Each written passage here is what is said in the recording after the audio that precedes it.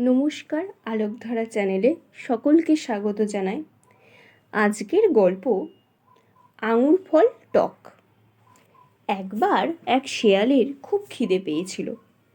সে বনের মধ্যে এদিক ওদিক ঘুরেও কোনো খাবারের সন্ধান পেল না।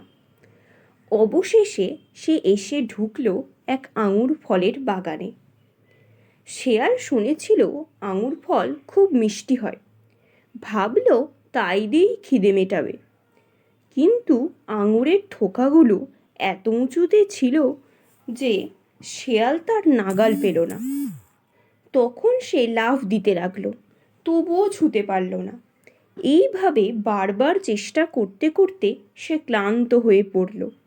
শেষে বিরক্ত হয়ে বলল, এই আঙুরগুলো টক, খাওয়ার উপযুক্ত নয়, বলেই সে অন্যদিকে চলে গেল। এই গল্পের নীতি হলো, পেলে না তাই বলছো মন্দ। আজকের গল্প এখানেই শেষ। ভালো লাগলে শেয়ার করে দিও, লাইক করো আর সাবস্ক্রাইব করে পাশে থেকো। ধন্যবাদ।